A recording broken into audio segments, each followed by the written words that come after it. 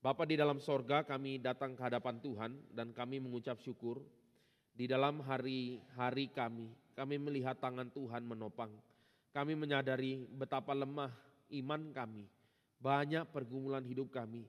Tapi kami melihat kebesaran Tuhan, belas kasihan dan kesabaran Tuhan yang membentuk kami sehingga kami ada sampai saat ini. Kami melihat ke belakang dan kami menyadari tangan Tuhanlah yang menuntun kami untuk berjalan hari demi hari. Dan Tuhan, kami berdoa biarlah kami boleh makin mengasihi Tuhan, mencintai firman. Kami boleh di dalam anugerah Tuhan, kami boleh bertobat di dalam keseharian kami. Sehingga sungguh-sungguh hidup kami ini memuliakan dan menyukakan hati Tuhan. Dan sementara kami ingin merenungkan firman-Mu Tuhan. Dan kiranya Engkau sendiri yang berbicara dalam setiap kami. Supaya kami mengerti isi hati Tuhan. Terima kasih Bapa di dalam sorga. Di dalam nama Tuhan Yesus kami berdoa. Amin. Mari kita membuka bagian firman Tuhan yang hari ini akan kita lanjutkan dari Matius pasal yang ke-10. Ini sudah kali ketiga kita bahas perikop ini. Kita akan lihat dari Matius pasal yang ke-10 ayat yang ke-16 sampai ayat yang ke-25. Saya akan bacakan buat kita sekalian. Matius pasal yang ke-10 ayat 16 sampai ayatnya yang ke-25. Lihat, aku mengutus kamu seperti domba ke tengah-tengah serigala. Sebab itu hendaklah kamu cerdik seperti ular dan tulus seperti merpati.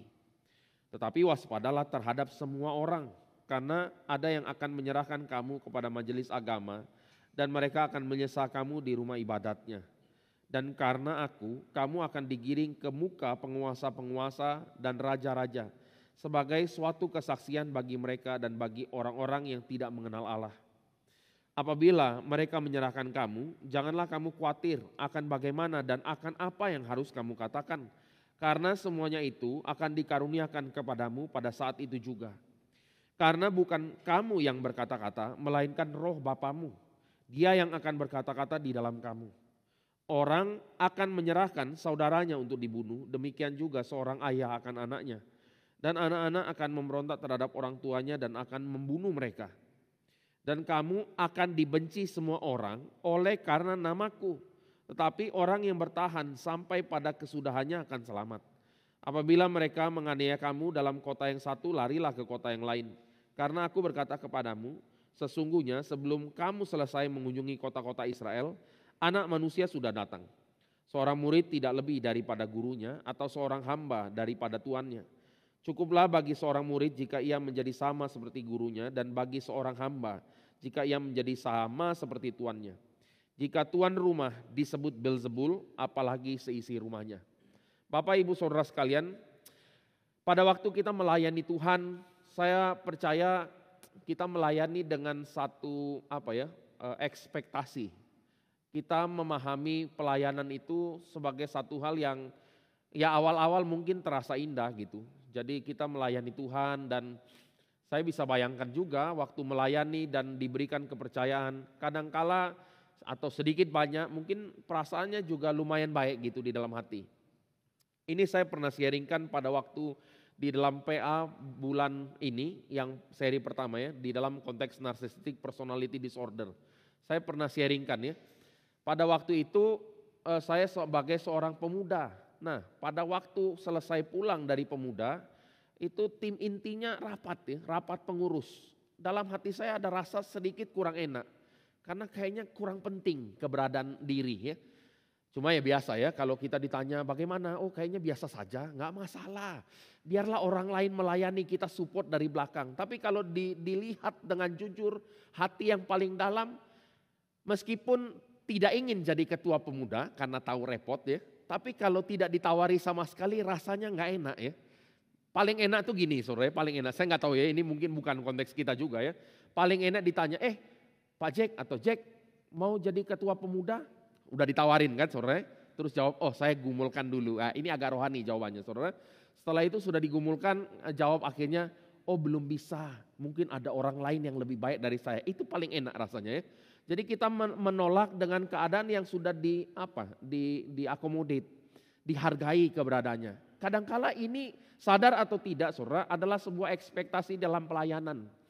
Kalau memang pelayanan itu tidak terlalu menonjol saudara, ya mungkin tidak terlalu banyak orang yang datang juga.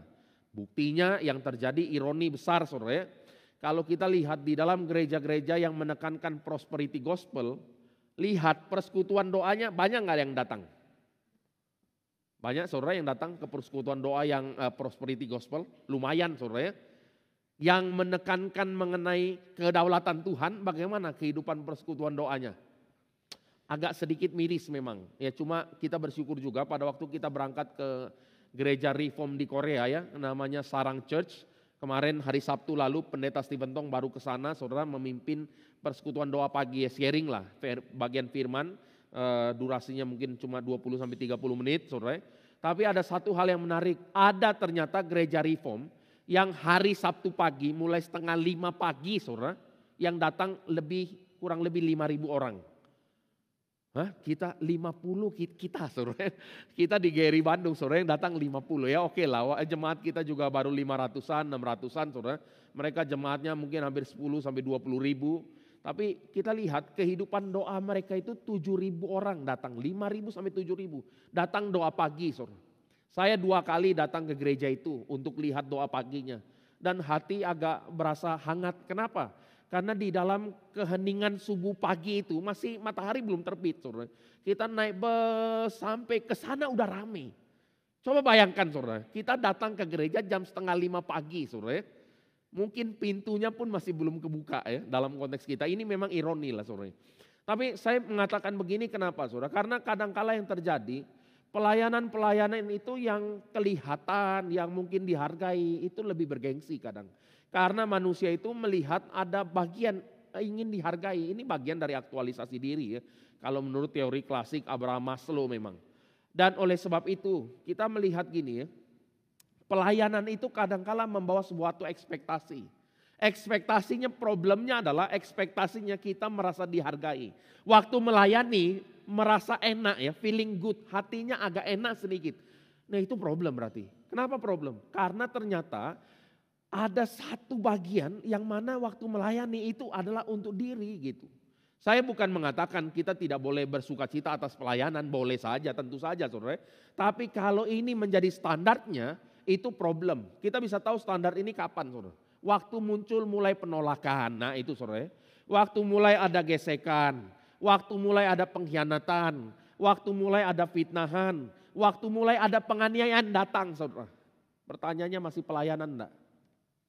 Oleh sebab itu di dalam bagian firman Tuhan kalau kita ikuti di dalam pasal ke-8 sampai pasal ke-10 ini kita melewati bagian-bagian di mana ada orang-orang ahli Taurat yang eagerness-nya besar sekali, rasanya pede sekali. Dia bilang kemanapun engkau pergi Tuhan, aku akan ikut, guru aku akan ikut, kemanapun engkau pergi aku akan ikut. Itu ahli Taurat bilang.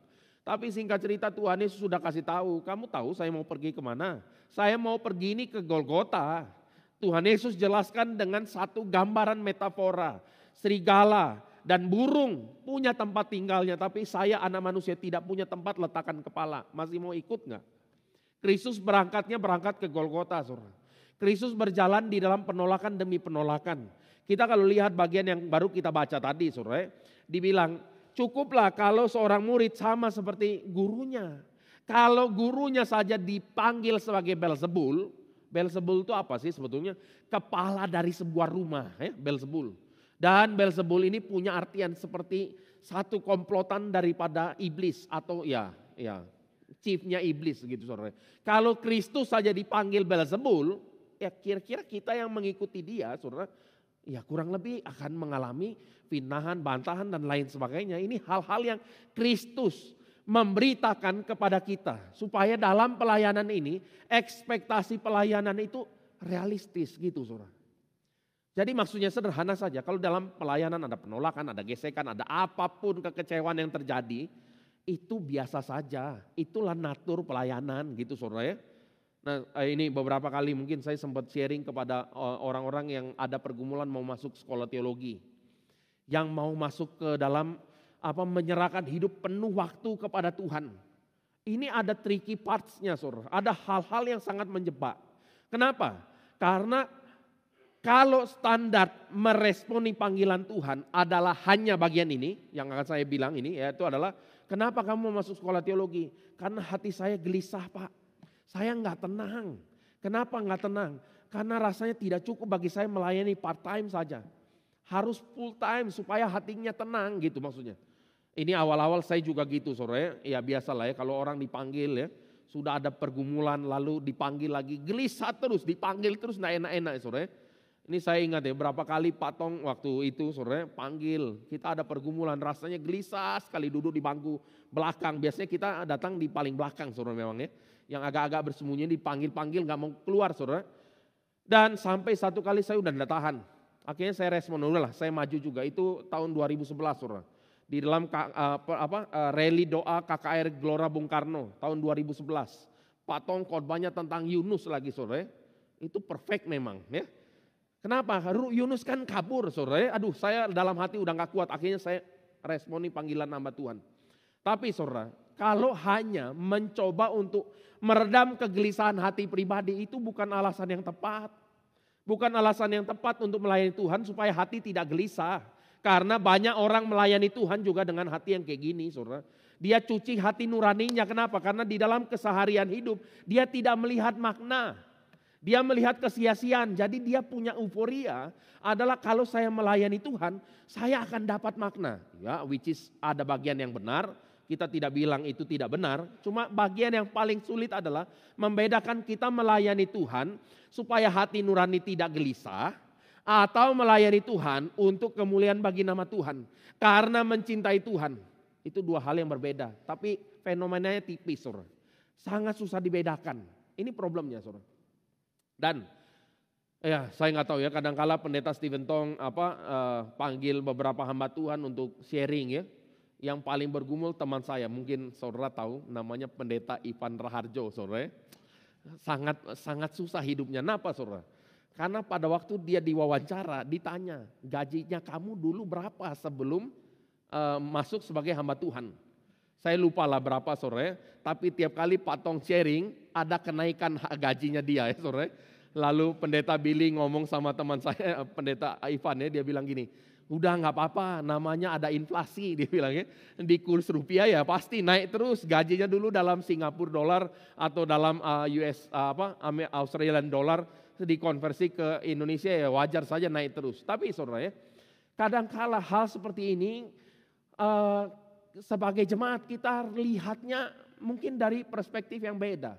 Pendeta Stephen Tong menekankan mengenai penyangkalan diri, ikut Tuhan, hal-hal yang dia tinggalkan gitu ya, untuk menjadi hamba Tuhan. Tapi nanti orang-orang yang melihat ini meresponnya dengan cara berbeda. Wah keren ya, sudah gaji besar, ditinggalkan mengikut Tuhan. Ngerti saudara? Jadi kayaknya akhirnya mulai ada sedikit kompetisi saudara. Kalau misalnya hamba Tuhan yang maksudnya kita calon hamba Tuhan yang mau masuk. Gaji kita pas-pasan rasa agak minder dikit saudara. Oh iya bapak itu gajinya sudah sampai sekian masuk sekolah teologi. Oh pasti ini adalah orang yang kayaknya rohani sekali. Dan kita bukan siapa-siapa. Nah ini adalah kegagalan dalam meresponi panggilan Tuhan. Kadang yang dilihat itu adalah euforia fenomenanya. Dan saudara, orang-orang yang salah melihat panggilan Tuhan dan kemudian dia seolah-olah meninggalkan hidupnya yang lama, saudara, dan masuk sekolah teologi dan pelayanan, kadangkala ada ekspektasi yang muluk-muluk. Harapannya apa, saudara? Kalau kita sudah tinggalkan semua, mau masuk pelayanan. Saya nggak tahu ya, Bapak Ibu pernah kepikiran ini nggak? Saya percaya normalnya ya, setiap kita yang ya bergumul dengan firman, kalau hamba Tuhan memberitakan tentang panggilan ya, siapa yang menjadi hamba Tuhan, paling nggak pernah bertanya lah dalam hati saudara ya. Ya entah serius atau bagaimana saudara. Dan di dalam respon ini, pada waktu kita respon nih, ekspektasi pelayanan itu apa sih saudara? Ya waktu melayani ya suasana kayak sudah di pelataran surga kan gitu saudara ya. Di mana ada kasih mesra itu saudara ya. Saling menghargai pengertian, ketulusan pelayanan. Ini harapannya saudara. Dan pengharapannya juga adalah pada waktu pelayanan ada kesehatian antara penata layan, hamba Tuhan ya kan gitu ya. Dengan jemaat dan lain sebagainya. Tapi faktanya apa saudara? Kadangkala yang terjadi kita mungkin gagal baca banyak bagian firman Tuhan ya saudara. Karena di dalam bagian firman Tuhan misalnya baca Korintus saja. Surat Korintus itu adalah realita pelayanan, saudara. Bayangkan Rasul Paulus saja dimusuhi sama orang Korintus. Rasul yang sejati ditolak, rasul palsu diterima. Itu realitanya, saudara.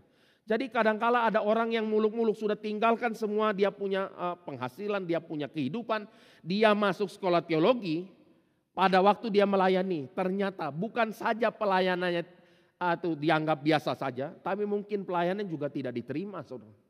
Jadi kadang-kadang ada mahasiswa-mahasiswa teologi yang mengalami krisis identitas lagi pada waktu dia masuk di dalam pelayanan. Sehingga di dalam pelayanan kadang-kala yang terjadi baru sadar, pelayanan itu ada penolakan. Oh, sadarnya agak telat, saudara. Itulah kenapa kita harus bahas di dalam Matius pasal 10. Salah satunya, saudara. Orang yang mengikut Kristus dan melayani Tuhan, naturnya adalah penolakan. Sederhana saja. Naturnya adalah pengkhianatan, naturnya adalah dianiaya, itu naturnya sudah. Oleh sebab itu, kalau kita di dalam euforia, pemikiran gitu ya, kita melayani Tuhan, pasti akan Tuhan berkati secara materi atau secara apa, saudara. Itu mungkin kita boleh tanya, bagian firman mana yang menerangi orang ini, akhirnya mengambil keputusan ini. Ini agak berbahaya. Nah, itulah sebabnya, saudara. Di dalam bagian ini kita perlu membuka motivasi pelayanan setiap kita. Setiap kita ini melayani itu ada motivasi yang terselubung kadangkala, saudara. Harapan sih semua murni, ya kita semua murni, saudara. Tapi sebagaimana yang kita bahas di awal bulan kemarin, setiap orang ada elemen narsisnya sedikit, saudara. Itu akan menyembunyikan alasan-alasan yang terdalam gitu. Alasan-alasan pelayanan yang paling dalam mungkin tidak terlihat. Ini yang kita harus bongkar, saudara. Kita harus bongkar dengan terang firman Tuhan. Dan salah satu pengujiannya seperti yang firman Tuhan bilang di sini. Kalau kamu melayani mungkin akan ada orang yang menyerahkan kamu ke mahkamah agama. Ke penguasa-penguasa, kamu akan dianiaya, kamu akan dicambuk. Dan kamu akan mengalami penolakan-penolakan. Itu naturnya, saudara. Tapi kita bisa bayangkan apa yang terjadi dengan para rasul. Mereka tetap melayani. Nah, ini adalah salah satu ujian kemurnian dalam pelayanan, saudara. Saya percaya banyak kita juga yang tidak sedikit mengalami mungkin kekecewaan dalam pelayanan, mengapa begini dan begitu, kenapa rasa tidak ideal. Oh, sederhana saja, Alkitab memang tidak pernah bilang pelayanan akan ideal, saudara. Tidak pernah ada bagian itu pelayanan akan ideal, jalan mulus kayak jalan tol. Nah, jalan tol kita saja yang dari Bandung ke Jakarta kita tahu lewat MBZ itu, saudara. Jauh dari mulus, saudara. Setiap kali naik travel di bagian itu harus bangun, saudara. Kalau enggak leher sakit, saudara. Itu apalagi travel kita memang nyetir pakai iman, saudara. Karena ngebutnya enggak pakai nalar, saudara. Saya pernah yang terakhir berangkat itu, saudara, dari sini sampai ke Jakarta itu cuma 2 jam ke airport, saudara. Di jalan saya tidur memang, saudara. Tapi saya tidur juga dalam iman, saudara. Kalau sampai kalau enggak ya di dalam kedaulatan tangan Tuhan. Tapi balik lagi, saudara, di dalam perjalanan saja tidak ada yang mulus, saudara. Dan kita harapkan apa di dalam konteks pelayanan kita hari-hari ini. Oleh sebab itu Tuhan sudah memperingatkan kita.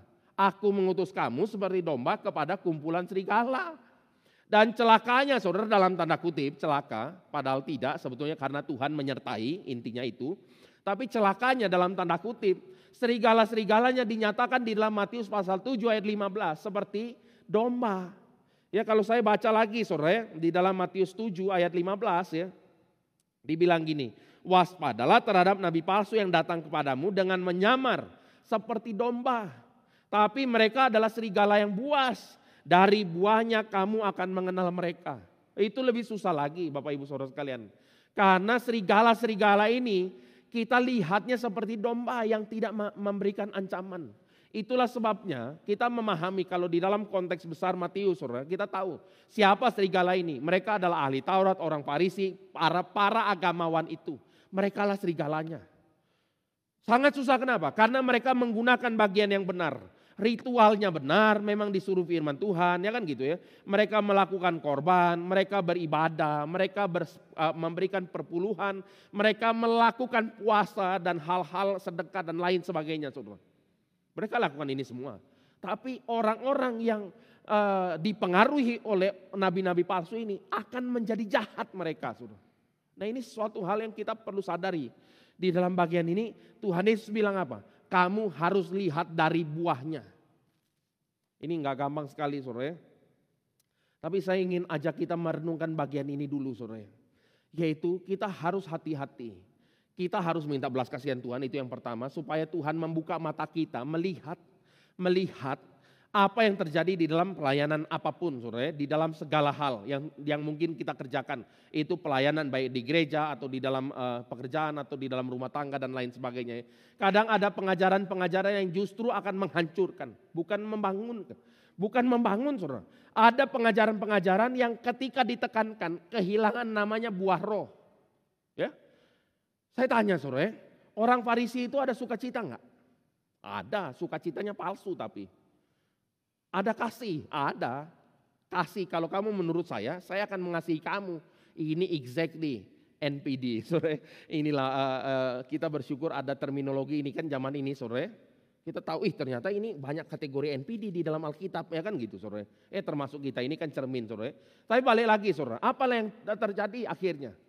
Jadi kita akan melihat ya pekerjaan-pekerjaan itu, salah satunya adalah, saudara perlu tahu ya, banyak gereja menekankan apa sih?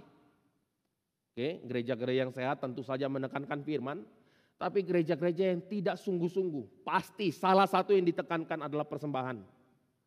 Persembahan terus ditekankan.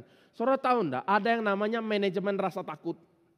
Tahu ya, manajemen rasa takut itu kadang orang tua lakukan sama anak juga.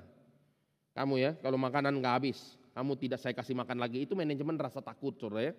Enggak percaya, saya buktikan. Nah itu saudara, ini namanya ya orang tua kok jadi begitu saudara. Terus kamu kalau tidak nurut saya kasih kamu ke panti asuhan. Nah ini manajemen rasa takut. Lihat anak-anak gelandangan yang ada di lampu merah. Itu kan saudara. Terus dikasih ketakutan. Kamu kalau tidak belajar rajin, kamu akan jadi seperti dia. Itu saudara. Itu namanya manajemen rasa takut. Kalau kita lakukan ini saudara, kita bukan orang tua yang baik. Kalau manajemen rasa takut saudara, tapi kalau memberitahu konsekuensi, kalau kamu tidak rajin kamu bisa mengalami hal-hal seperti itu. Oke, tapi harus diimbangi dengan hal-hal yang sehat gitu saudara. Nah gereja manajemen rasa takutnya apa saudara? Salah satunya dalam perpuluhan kan, dibilang apa? Penekanannya apa? Kalau kamu tidak persembahan, kamu kalau tidak perpuluhan, kamu mencuri uang Tuhan. Nah itu saudara, kalau mencuri uang Tuhan apa yang terjadi? Tidak mungkin diberkati. Maka mulai ditambah kesaksian. Kesaksiannya apa? Oh ya bapak ini lupa perpuluhan, bisnisnya bangkrut. Saudara gimana? Mulai agak pantesan saya punya ekonomi seret belakangan ini. Karena mungkin saya tidak perpuluhan. Padahal memang lagi krisis ekonomi saudara. Semua orang yang perpuluhan juga lagi seret hidupnya saudara. Sama saudara. Sebetulnya Alkitab menekankan apa sih? Beda antara perjanjian lama sama perjanjian baru. Saudara. Bedanya apa? Bedanya di dalam perjanjian baru, hukum Taurat tidak mengikat lagi, tidak memberikan kematian. Saudara. Tapi sekarang kita dilepaskan justru di dalam kelepasan yang Kristus beri. Kita sekarang boleh memberi dengan sukacita. Itu penekanannya. Kita boleh memberi dengan satu kerelaan hati. Itu berita yang baik saudara. Kalau kita tanya ya sejarah kedagingan manusia. Kapan sih bisa memberi dengan rela hati saudara? Kalau pencitraan bisa rela hati saudara. Buktinya ya banyak politikus menjelang pemilihan daerah. Mereka memberi dengan senang kan saudara. Ada mereka memberi dengan muka kusam. Kayaknya baru kena jebakan daripada teror atau debt collector. Enggak lah saudara. Mereka bahagia mukanya saudara. Dananya dari mana? Tentu hasil korupsi juga kemungkinan besar. Tapi saudara, kapan manusia bisa memberi dengan sukacita? Kapan? Hanya satu saudara, waktu dia ditebus di dalam Kristus, memberi dengan sukacita. Nah tapi balik lagi saudara, kita melihat banyak gereja-gereja yang mengalami hal-hal semacam ini. Salah satu hal yang terjadi ya, saudara mungkin tahu seorang terkenal televangelis, itu awal abad 20 ya, tahun 90-an lah ya. Kita lihat ada muncul banyak penginjil-penginjil di televisi. Salah satunya saudara tahu namanya Kenneth Copeland. Kenneth Copeland ini karena terlalu banyak kontroversi ya, dia bilang gini, saya beli jet pribadi karena ini bisa menghemat waktu saya dan biaya 65%. Oke lah. Ya daripada saya naik pesawat ekonomi. Oke, ya kira-kira gitu ya. Saudara, jadi terlalu banyak kontroversi sehingga dia juga menjadi korban hoax. Hoaxnya apa? Kalau nggak salah ya awal tahun inilah. Hoaxnya adalah ada deepfake ya, artificial intelligence yang ya meniru dia suara dan gesturnya. Dia punya scene lagi di diadili di pengadilan, lalu di pengadilan memberikan hukuman, kamu dihukum penjara seumur hidup, lalu dia pingsan. Saudara, kira-kira gitulah scene-nya, saudara. Banyak orang percaya, saudara. Ini memang bumerang. Kenapa bumerang? Karena ada orang-orang yang juga jengkel dan ingin dia dihukum. Oke lah, itu satu hal yang kita bisa lihat. Tapi yang dilakukan Kenneth Copeland, salah satu yang very evil apa, saudara? Ini simbiosis mutualisme di dalam persembahan, dalam tanda kutip ya. Karena ada salah satu kasus, itu ada seorang yang sudah terminal ill. Lalu telepon Kenneth Copeland gini, kalau nggak salah ya kalimatnya gini, Pastor Kenneth gitu ya, atau Pastor Copeland, kamu punya jam tangan Breitling ada berapa? Wis. Dia jawab ini, saya lupa, sudah lama tidak hitung, baru-baru ini udah lama nggak hitung. Ya mungkin kira-kira ada 36 lah gitu ya, Breitling, saudara, oke. Lalu orang ini bilang, saya akan kasih kamu yang ke-37. Tapi saya kasih kamu itu sebuah mobil Bentley yang di dalamnya ada jam Breitling. Lalu Kenneth Copeland bilang apa? Ya biasalah saudara, apalagi yang mau dibilang puji Tuhan, ya kan gitu kan saudara. Jadi ini apa sebetulnya? Dia ingin sembuh, dia kasih persembahan, Kenneth Copeland memanajemen rasa ini sehingga dia rasa waktu sudah memberi, dia mungkin akan sembuh. Faktanya ya pasti mati, saudara, sederhana saja. Saudara tahu yang berikutnya, saya pernah cerita juga saudara. Harga minyak 1 liter berapa sih? Sekarang saya udah lupa saudara, udah lama nggak belanja minyak, mungkin 20.000 satu liter saudara. Dan beberapa tahun yang lalu ya, bayangkan ya, minyak goreng itu dijual di gereja saudara sebagai minyak urapan ya. Yang harganya mungkin cuma berapa mili, ini harga 1 liter daripada minyak normal saudara. Dan dipakai manajemen rasa takut juga. Manajemen rasa takut apa? Yaitu kalau kamu pakai minyak ini yang sudah diberkati, maka di dalam perjalanan kamu akan diberkati Tuhan. Jadi ada ex gereja tertentu akhirnya kenal ke Gary, lalu cerita saudara. Dia bilang apa? Dulu Pak, saya tiap kali berangkat itu naik pesawat, itu ambil minyak dikit saya cipratin ya dalam nama Tuhan atau apapun lah ya. Ini udah kayak perdukunan saudara. Udah kayak dukun saudara. Ini dia bukan beriman sama Kristus tapi sama minyaknya. Coba lihat apa yang terjadi dengan gereja-gereja yang sesat saudara. Nabi-nabi palsu, dia bawa orang bukan sama Kristus. Dia bawa orang mencintai yang lain, mencintai diri, mengutamakan diri, kesuksesan diri. Kenapa akhirnya perpuluhan saudara? Karena takut bangkrut kan? Banyak yang terjadi seperti itu saudara. Kenapa mereka menggunakan minyak? Karena takut celaka kan saudara. Banyak hal terjadi seperti ini, namanya manajemen rasa takut saudara. Tapi berita firman Tuhan, berita pembebasan saudara. Tapi berita firman Tuhan adalah berita penuh bijaksana. Kenapa saudara? Karena mempersiapkan setiap umat Tuhan untuk mengerti natur melayani Tuhan penuh dengan tantangan. Nah ini bagian yang penting saudara. Dan saya akan ajak kita berpikir lebih kritis saudara. Saudara tahu bahwa orang-orang yang sudah dieksploitasi oleh nabi-nabi palsu, yang dagingnya diambil, ini kalau gambaran gembala ya, domba bulunya diambil, yang dia aniaya saudara. Ini apa yang dikerjakan oleh domba itu saudara. Itu akhirnya dipakai oleh nabi jahat atau nabi palsu, hamba Tuhan palsu untuk pekerjaan-pekerjaan yang jahat. Oleh sebab itu, kadang ada, saya nggak tahu ya, sering ada kalimat-kalimat seperti ini. Ya sudahlah, yang penting kita setia saja, yang penting kita berespon sama Tuhan. Hamba Tuhannya begini dan begitu, ya itu urusan dia sama Tuhan lah. Nggak bisa saudara. Kita harus tahu itu ada sebuah persekutuan antara apa yang dikerjakan. Nggak bisa saudara. Orang kalau di dalam pengajaran yang salah saudara, kalau dia tidak mungkin menjadi berkat dan membawa reformasi kembali, orang itu kembali kepada gerejanya, bisa menjadi kembali kepada firman. Kalau dia tidak mampu lakukan itu, dia harus keluar. Karena dia akan mati di dalam situ. Karena dia tidak bisa melihat mana yang benar, mana yang tidak saudara. Dan ya ini mengenai keuangan salah satunya saudara. Kita bersyukur karena pendeta Stephen Tong itu waktu mendirikan GRI, dia tahu betul mengenai ini. Karena banyak gereja-gereja stigmanya itu mencuri. Uang perpuluhan, uang Tuhan itu dicuri, masuk ke kantong pribadi saudara. Maka Pak Tong itu sejak mendirikan gereja Reform, itu ada keuangan yang separate ya. Salah satu yang saya baru ngerti ya, misalnya ya saudara, kalau ada KKR besar, ada mahasiswa teologi gitu ya, biasanya kan kita ajak dia jadi asyar dan kolektan ya saudara. Pelayan kurang, jadi asyar dan kolektan. Mahasiswa STT saya baru tahu saudara, mahasiswa STT di STTRI, jadi asyar boleh saudara. Jadi kolektan tidak boleh. Kenapa? Karena tidak mau diasosiasikan hamba Tuhan itu pegang kantong uang. Makanya saudara, ini saudara mungkin ada pengalaman ya. Waktu apalah ya, titip uang. Pak Jimmy tolong ya sampaikan ke bapak siapa gitu untuk gereja. Pak Jimmy tidak akan terima saudara. Kecuali terpaksa betul ya. Dan itu pun harus buat tanda terima. Pokoknya agak ribet lah saudara ya. Dan kemudian sudah ini harus di ini. Karena kita tidak mau pegang saudara. Itu hamba Tuhan kita diajar begini. Supaya apa saudara? Untuk menjaga objektivitas. Tapi saya ingin aja kita lebih jauh lagi lihat mengenai apa istilahnya fellowship. Hati-hati jangan sampai tereksploitasi. Lalu berfellowship dengan nabi palsu saudara. Ya ini bukan konteks dalam konteks kita secara khusus saudara. Tapi ini secara kekristenan. Banyak orang yang di dalam fellowship semacam ini. Saya akan ajak kita memahami dulu istilah fellowship atau koinonia saudara. Kita lihat Filipi 2 ayat 1 saudara. Filipi pasal 2 ayat 1. Dan pasal 3 ayat 10 saudara. Dua bagian ini dari Filipi. Di dalam bagian ini dibilang gini. Jadi karena ada dalam Kristus ada nasihat, ada penghiburan kasih, ada persekutuan roh.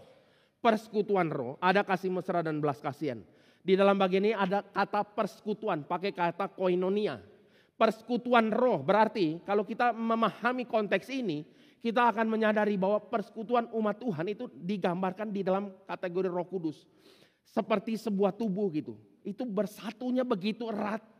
Berarti koinonia ini adalah membuat kita menyadari kita bersekutu dengan siapa, kita akan jadi seperti apa saudara. Inilah enggak gampang saudara. Makanya kita harus sadar ya, Alkitab juga bilang pergaulan buruk merusak kebiasaan yang baik. Jarang terjadi sebaliknya ya. Pergaulan buruk membuat kebiasaan jadi tambah baik. Hampir enggak mungkin. Ya, hampir enggak mungkin saudara. Hampir enggak mungkin. Ketemu dengan orang yang suka gosip. Kita jadi lebih rohani. Mana mungkin saudara ya. Paling enggak telinga akan terbuka lah sedikit saudara. Oh jadi bapak ibu ini begini. Nah, itu repot saudara. Susah kita untuk jadi makin rohani susah saudara. Oleh sebab itu kita harus tahu.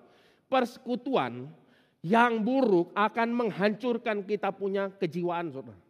Oleh sebab itu ya satu lagi saudara. Filipi pasal 3 ayat 10. Ini bagian ini. Yang ku kehendaki ialah mengenal dia dan kuasa kebangkitannya. Dan persekutuan dalam penderitaannya, di mana aku menjadi serupa dengan dia dalam kematiannya. Kita lihat ada kata persekutuan dalam penderitaan. Saudara. Jadi Paulus bilang dia ini ingin bersekutu dengan Kristus di dalam penderitaan Kristus. Oleh sebab itu konsekuensinya frase berikutnya apa? Menjadi serupa dalam kematian bersama dengan Kristus. Berarti kita lihat koinonia ini adalah persekutuan yang erat sekali. Nah saya akan ajak kita lihat satu lagi saudara.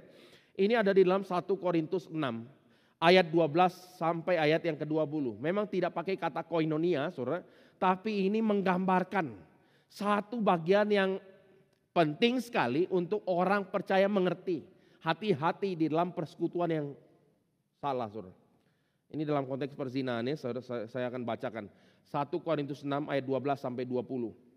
Saya bacakan bagian ini semua ya. Segala sesuatu halal bagiku. Tapi bukan semuanya berguna. Segala sesuatu halal bagiku, tapi aku tidak membiarkan diriku diperhamba oleh suatu apapun. Makanan adalah untuk perut dan perut untuk makanan.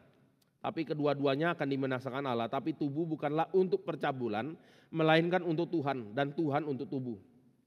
Allah yang membangkitkan Tuhan dan akan membangkitkan kita juga oleh kuasanya.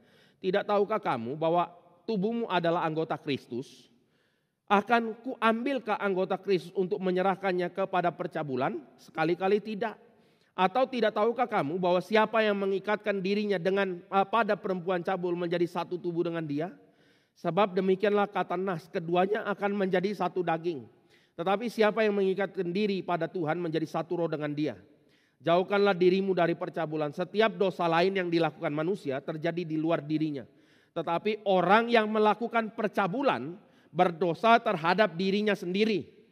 Atau tidak tahukah kamu bahwa tubuhmu adalah bait Roh Kudus yang diam di dalam kamu, Roh Kudus yang kamu peroleh dari Allah, dan bahwa kamu bukan milik kamu sendiri, sebab kamu telah dibeli dan harganya telah lunas dibayar. Karena itu muliakanlah Allah dengan tubuhmu.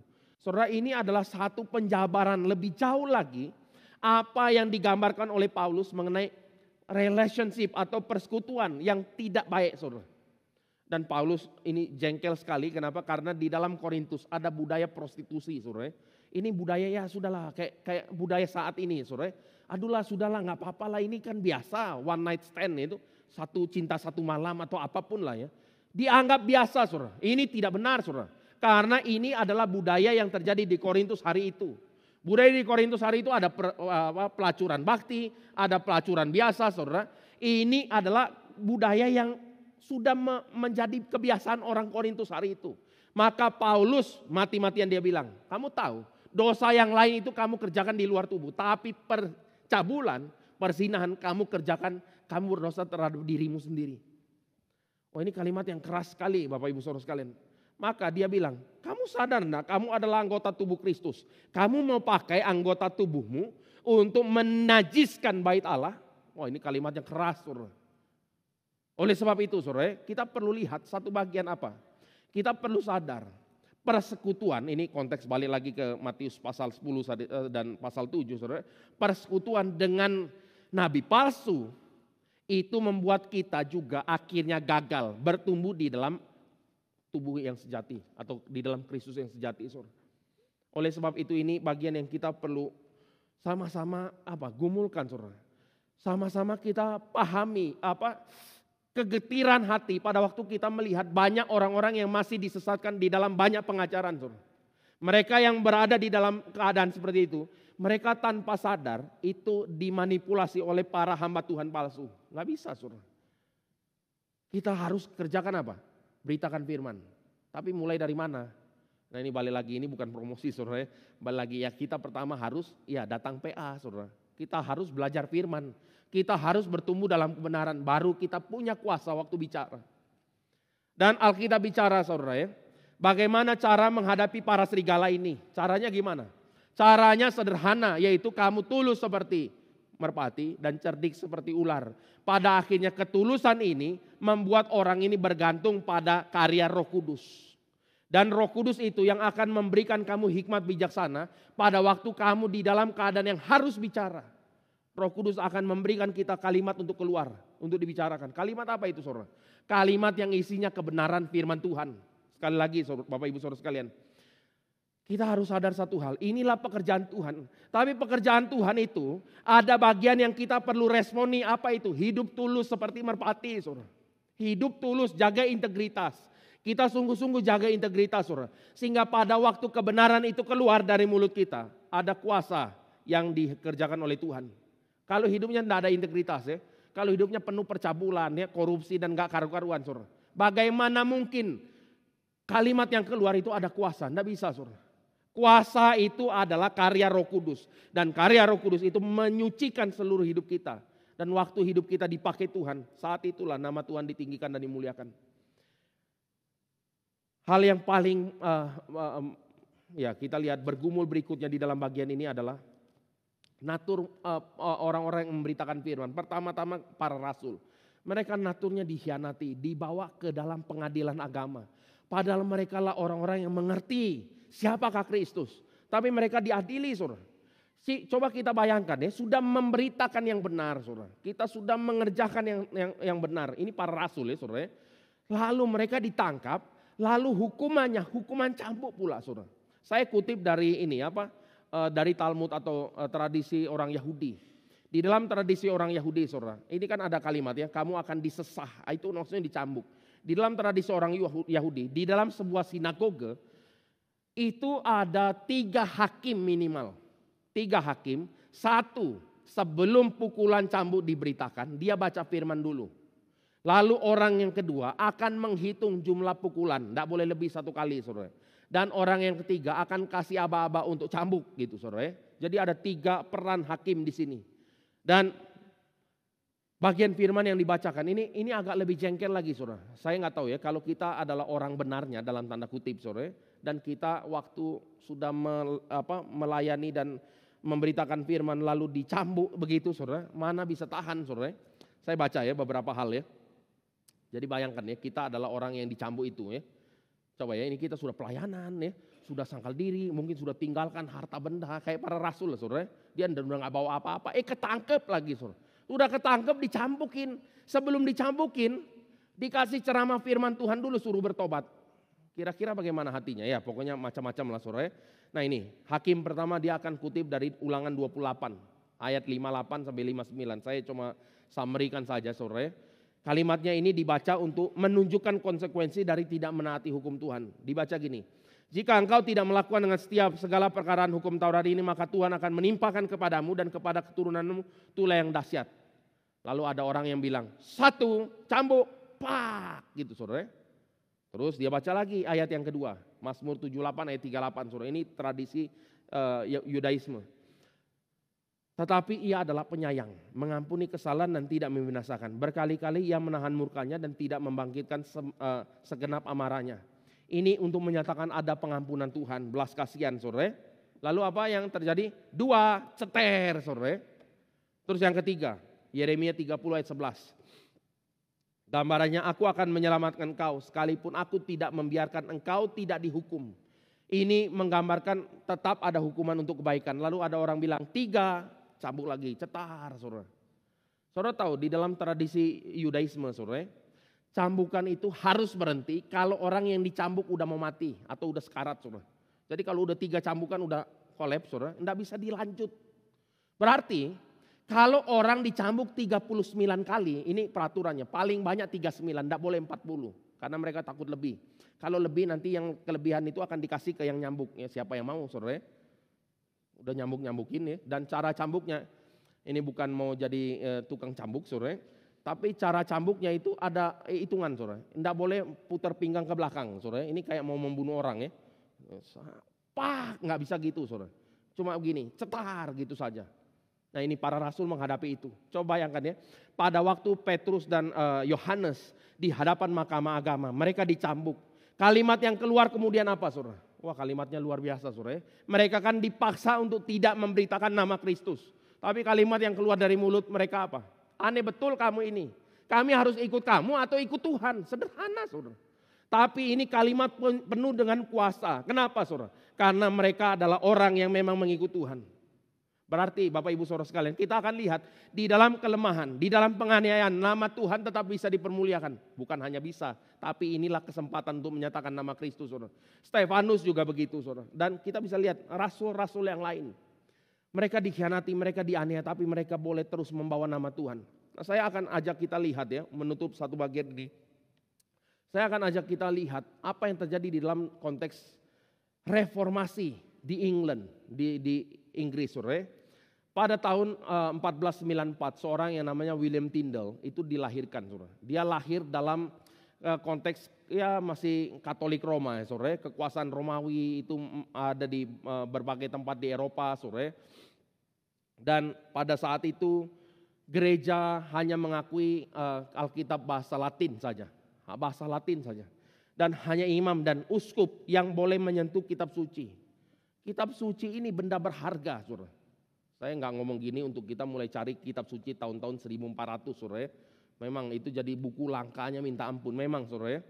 Dan kalau saudara punya buku Alkitab terjemahan Latin atau terjemahan apapun ke dalam bahasa Inggris yang awal-awal itu harganya berapa ratus atau berapa ribu dolar saudara. Itu mahal sekali memang. Tapi saudara, kita akan lihat pada waktu itu ini Alkitab cuma bisa diakses oleh hamba Tuhan dan imam. Orang bisa baca firman nggak di rumah? Nggak bisa saudara. Orang tidak bisa baca firman. Oleh sebab itu ya, Tyndale yang lahir di dalam konteks yang mana setahun sebelumnya atau abad sebelumnya ya, sekitar tahun 1300-an itu ada seorang yang namanya John Wycliffe. Mungkin saudara pernah tahu nama ini ya. Kita pernah juga bicara ini. John Wycliffe itu adalah seorang yang mempelopori penterjemahan Alkitab dalam bahasa Inggris saudara. Pada waktu itu John Wycliffe cuma punya sumber Vulgata, bahasa Latin. Bahasa Latin ini yang dia terjemahkan ke dalam bahasa Inggris. Cuma itu yang dia punya saudara. Dia belum punya teks Alkitab bahasa Ibrani dan Yunani. Dia belum punya. Coba bayangkan ya. Ini adalah ironi hari ini. Kalau mahasiswa teologi tidak belajar bahasa asli dengan baik saudara. Kenapa? Karena apa yang diidam-idamkan oleh Wycliffe sekarang itu available dimanapun secara digital bahkan. Siapapun bisa belajar bahasa asli. Nah oleh sebab itu ya, dia waktu Wycliffe mulai menerjemahkan Alkitab ke dalam bahasa Inggris, tujuannya apa saudara? Tujuannya supaya umat Tuhan itu boleh baca firman. Tapi tentu saja tidak ada tidak ada yang mulus kayak tadi jalan tol selalu saja bergelombang, saudara. Dia punya buku Alkitab yang sudah diterjemahkan itu dikumpulkan dan dibakar, saudara. Dibakar. Tetapi Wycliffe itu menyalakan api reformasi. Dia dianggap morning star of reformation, saudara. Bintang fajar reformasi. Dan dia ini menjadi teladan bagi Tyndale. Tyndale ya. Wah, ini luar biasa sekali, saudara. William Tyndale mulai ada gitu. Dan kita harus tahu juga, pada tahun 1516 ya, ada seorang yang namanya Erasmus dari Rotterdam, saudara, dari Belanda, saudara. Dan dia di tahun 1516 mulai dapat akses kepada bahasa Yunani, saudara. Dia mulai membuat Alkitab ada Yunani dan ada Latinnya di dalam terjemahan bahasa Perjanjian Baru, saudara. Dari situ mulai orang-orang mulai melek kepada firman. Mulai melek kepada firman, dan Erasmus bilang ya, dia bilang gini, firman Tuhan harus tersedia bagi semua orang. Saya ingin petani membaca Injil seperti para teolog. Ini cita-cita mulia, saudara. Saya ditanya ya, saudara, ini kalau Bapak Ibu saudara tanya ya, tanya saya, Pak, bagaimana pandangan Bapak masuk sekolah teologi? Kalau saya boleh bilang, saudara, ya silakan Bapak Ibu semua ikut open house, belajar.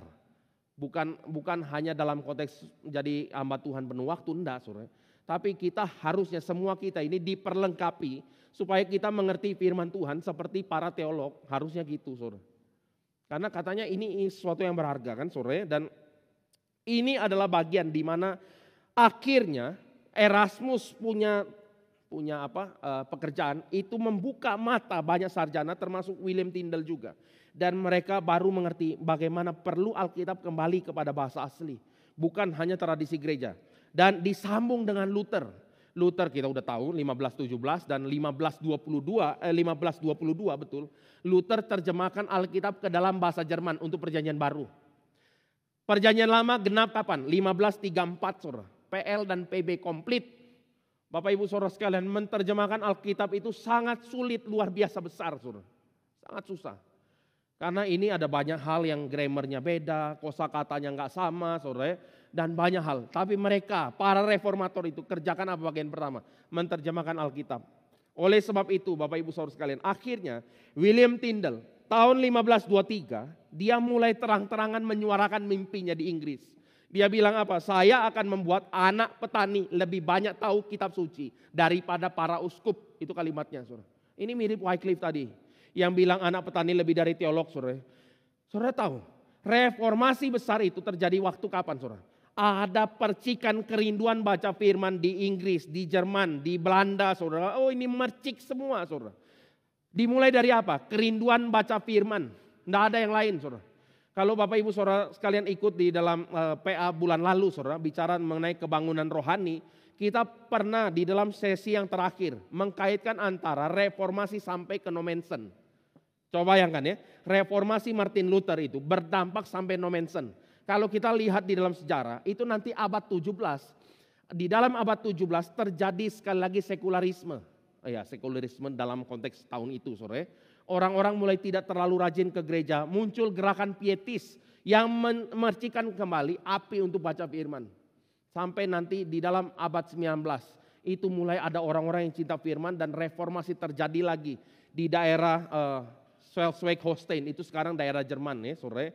Dekat Denmark, saudara. Itu Jerman sekarang. Dan mercik dan Nommensen lahir di sana, dan kemudian dia di dalam pengaruh daripada reformasi itu sampai ke Sumatera Utara, sampai jadi berkat bagi kita sekarang. Semua dimulai dari mana, saudara? Baca firman. Tidak ada yang lain, Bapak Ibu saudara sekalian.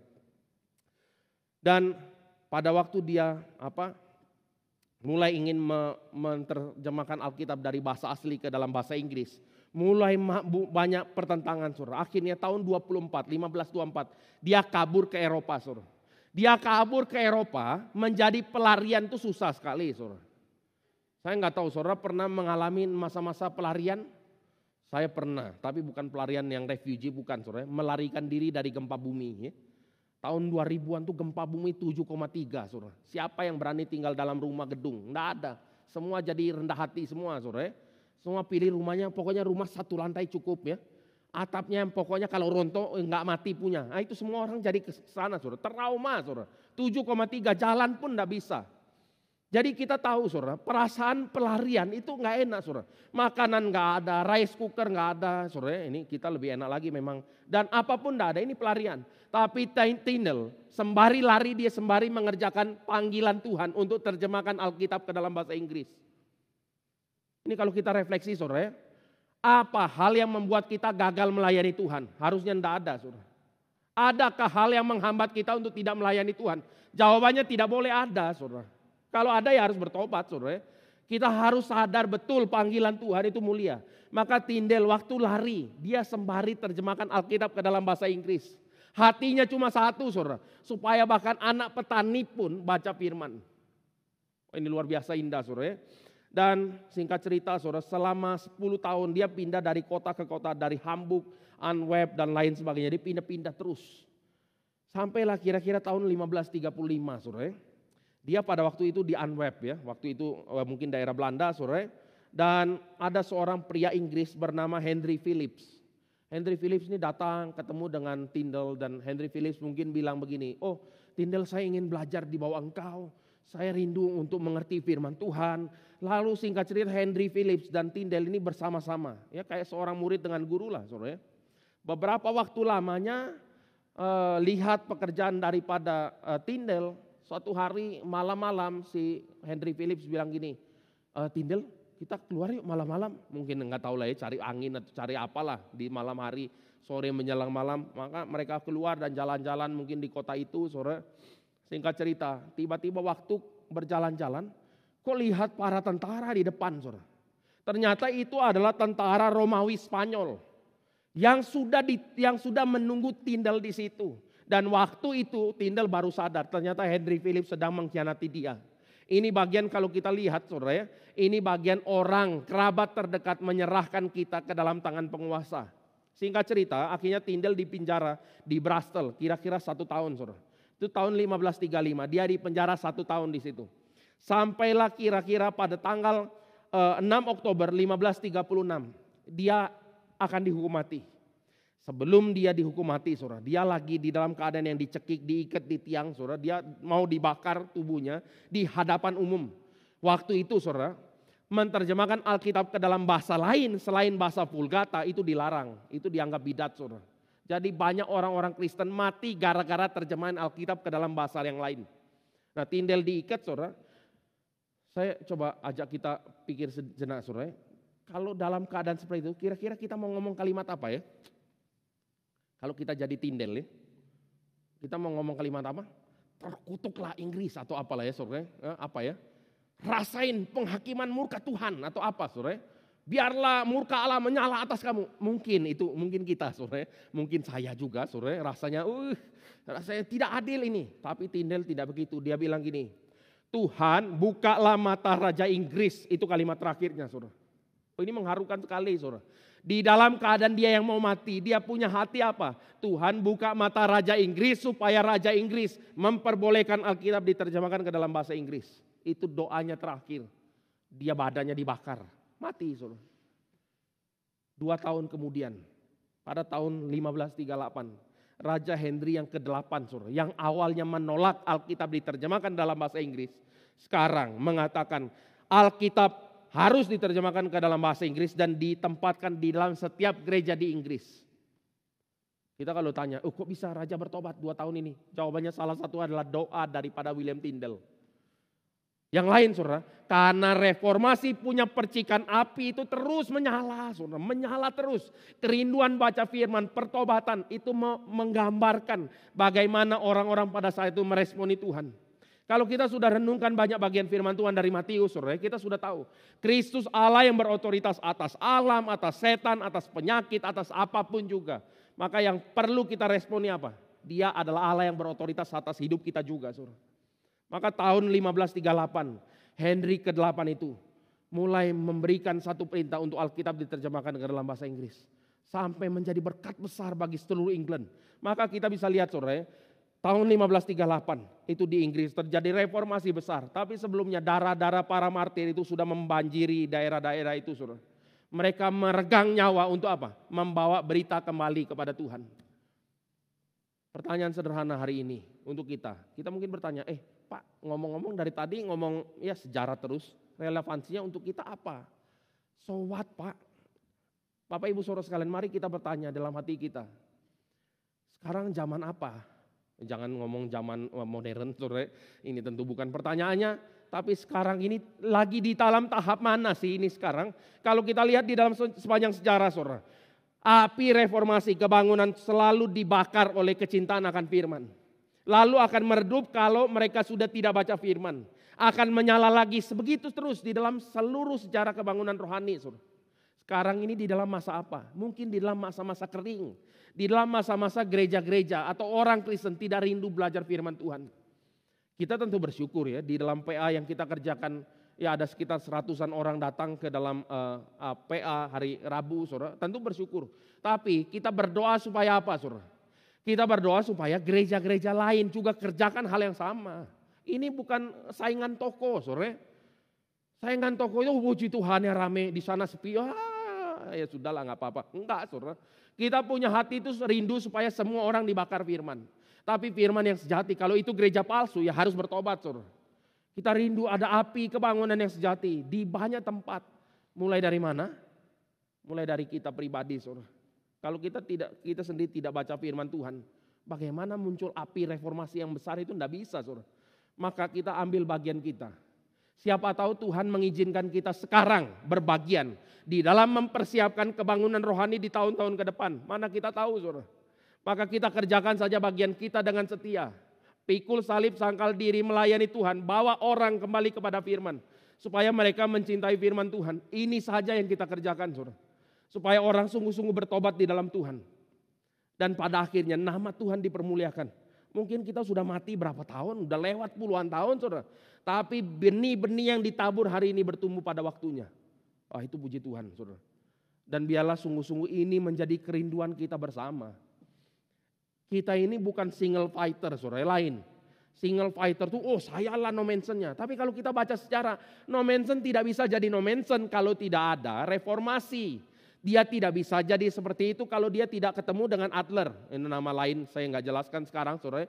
Reformasi itu tidak bisa terjadi kalau no mention tidak dipengaruhi oleh Toluk dan Neander, Saudara. Nggak bisa, itu tokoh-tokoh yang mempengaruhi no mention. Menjadi no mention hari itu dan dia berangkat sampai ke Sumatera Utara. Memberkati banyak kita, Saudara. Jadi kita harus lihat ada namanya estafet ya. Pekerjaan itu harus dikerjakan, Saudara. Kita harus kerjakan bagian kita hari ini. Mungkin bagian kita menabur, mungkin ada bagian kita menyiram, Saudara. Mungkin ada bagian-bagian kita yang lain, Saudara. Tapi Tuhan memberikan pertumbuhan pada waktunya. Dan kita perlu respon hari ini dengan setia, Saudara. Jangan biarkan lagi waktu terbuang, jangan, Saudara. Setiap kita dipakai Tuhan untuk menyatakan dia punya pekerjaan. Biarlah ini menjadi kerinduan kita bersama, Saudara ya. Dan kita akan berdoa supaya kebangunan terjadi di banyak tempat di gereja-gereja yang memberitakan firman. Orang rindu firman Tuhan, ini ciri kebangunan. Dan biarlah kita mengerjakan bagian ini. Mari kita berdoa. Bapa di dalam sorga, kami bersyukur untuk kesempatan kami merenungkan firman-Mu pada pagi ini. Kami berdoa Tuhan, bakar hati kami untuk cinta firman Tuhan. Untuk kami mengerti bagaimana anugerah yang Tuhan beri kepada kami sungguh teramat besar. Bahkan kami memiliki Alkitab di dalam bahasa kami sendiri. Kiranya Tuhan membangkitkan dalam hati kami rasa rindu kepada firman, rasa cinta kepada firman. Sehingga kami mengerti bahwa firman Tuhan itulah cerminan untuk diri kami. Sehingga kami juga boleh bertobat dari hari ke hari. Untuk makin serupa dengan Kristus. Untuk mengerjakan pekerjaan Tuhan. Kami berdoa Tuhan, biarlah Engkau berkenan memakai gereja di tempat ini. Untuk juga boleh menjadi saluran berkat Tuhan. Yang membawa banyak orang kembali kepada firman dan mencintai firman Tuhan. Pakai juga setiap kami Tuhan, di dalam setiap pergumulan yang kami punya. Dalam pelayanan, di dalam pekerjaan, di dalam keluarga. Kami tahu kami jauh dari sempurna. Tapi biarlah Tuhan terus berkenan memakai hidup kami. Kami berdoa Tuhan kasih pertolongan. Sehingga nama Tuhan ditinggikan. Dalam nama Tuhan Yesus kami berdoa. Amin.